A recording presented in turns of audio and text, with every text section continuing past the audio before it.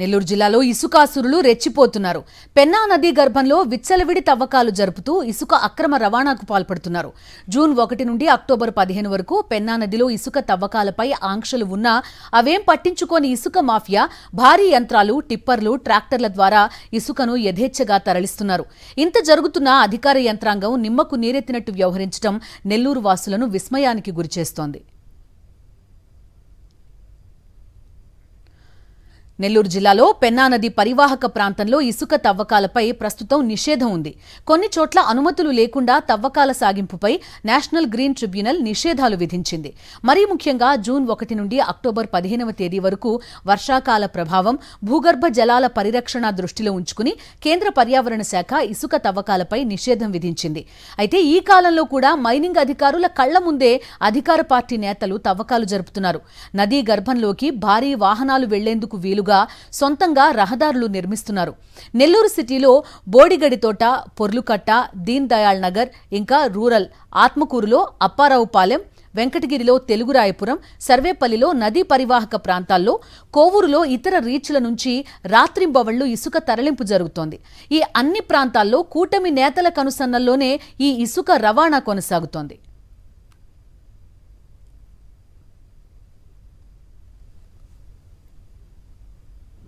కూటమి ప్రభుత్వ పాలనలో అక్రమ ఇసుక తవ్వకాలకు అంతు అదుపు లేకుండా పోతుంది.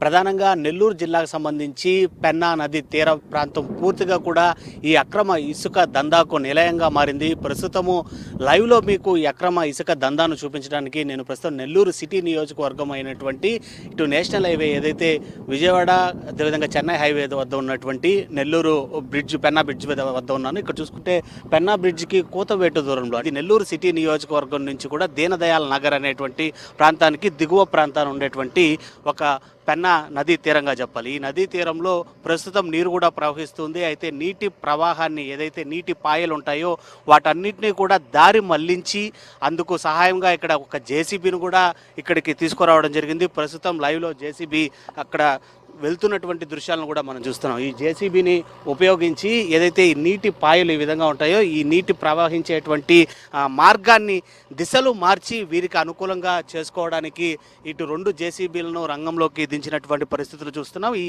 మొత్తము ఈ అక్రమ ఇసుక దందా వెనుక పెద్ద ఎత్తున టీడీపీకి సంబంధించినటువంటి నేతలు, అదేవిధంగా స్థానికంగా ఉండేటువంటి మండల అధ్యక్షులు కావచ్చు, అదేవిధంగా ఇటు అక్రమ ఇసుక దందా కొనసాగిస్తున్నటువంటి నేతలే పెద్ద ఎత్తున ఉన్నారనేటువంటి ఆరోపణలు పెద్ద ఎత్తున వినిపిస్తున్నాయి. అయితే పర్యావరణ వాతావరణ మార్పుల శాఖ ఇప్పటికే అక్టోబర్ వరకు కూడా, అంటే అక్టోబర్ 5వ తారీఖు 15వ తేదీ వరకు కూడా ఈ అక్రమ ఇసుక తవ్వకాలు ఏ నదుల్లో కూడా జరపకూడదు అని చెప్పి ఒక నిషేధాన్ని కూడా విధించినటువంటి పరిస్థితి అయితే ఉంది. ఇది జూన్ 1వ తేదీ నుంచే ఉన్నప్పటికీ కూడా అక్రమ ఇసుక దందా అయితే మాత్రం యథేచ్ఛగా కొనసాగుతూనే ఉంది నెల్లూరు జిల్లాలో.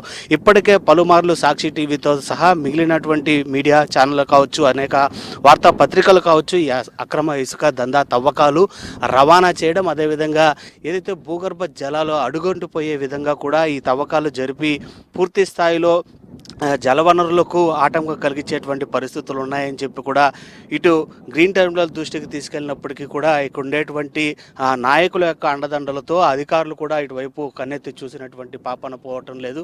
ఎక్కడా కూడా ఈ అక్రమ ఇసుక దందా పైన చర్యలు శూన్యంగానే చెప్పాలి. ఈ అక్రమ ఇసుక దందాపై నిబంధనలు విధించినప్పటికీ కూడా వాటిపైన ఎందుకు ఇటు అధికారులు పెదవి విప్పడం లేదు అనేటువంటి విషయాన్ని అయితే మాత్రం అధికారులు కూడా ఇంతవరకు కూడా ఒకంత బయటికి వెల్లడించినటువంటి పరిస్థితి అయితే ఉంది. మొత్తం మీద ఇవాళ సాక్షి గ్రౌండ్ రిపోర్ట్గా ఇటు పెన్నా నదిలో జరుగుతున్నటువంటి అక్రమాల కోసము ఈ నెల్లూరు సిటీ నియోజకవర్గానికి సంబంధించి ప్రస్తుతం ఇక్కడ ఇంకా కొనసాగుతున్నటువంటి అక్రమ ఇసుక దందాను మీకు లైవ్లో చూపించడం జరిగింది. వీడియో జర్నలిస్ట్ భద్రత లోకేష్, సాక్షి. ఇసుక అక్రమ తవ్వకాల వల్ల భూగర్భ జలాలు అడుగంటిపోతున్నాయి. సాగునీటి కాల్వలు దెబ్బతింటున్నాయి. నదిలో ఏర్పడుతున్న లోతైన గుంతల వల్ల, ప్రమాదకరంగా ప్రయాణించే ఇసుక టిప్పర్ల వల్ల సామాన్య ప్రజలు ప్రాణాలు కోల్పోతున్నారు. ఈ అక్రమ ఇసుక వాహనాల రాకపోకల మూలాన రోడ్ల సంరక్షణ, ప్రజా రక్షణ కరవైపోయింది. స్థానిక అధికారులు స్పందించకపోవడం వల్ల ఇసుక మాఫియా పెరిగిపోతోందనే విమర్శలు వినిపిస్తున్నా అధికారుల్లో చలనం మాత్రం లేదు.